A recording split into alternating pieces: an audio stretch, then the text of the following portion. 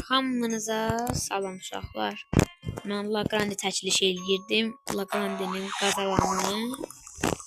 Gördüyünüz kimi bu adamdır. Düzdür 2 mərtəbədir. Amma mən kanalımı çox takip edirdi və bir şey yorum atırdı. Ona görə də bu qazanan bu olur. Biraz yazın.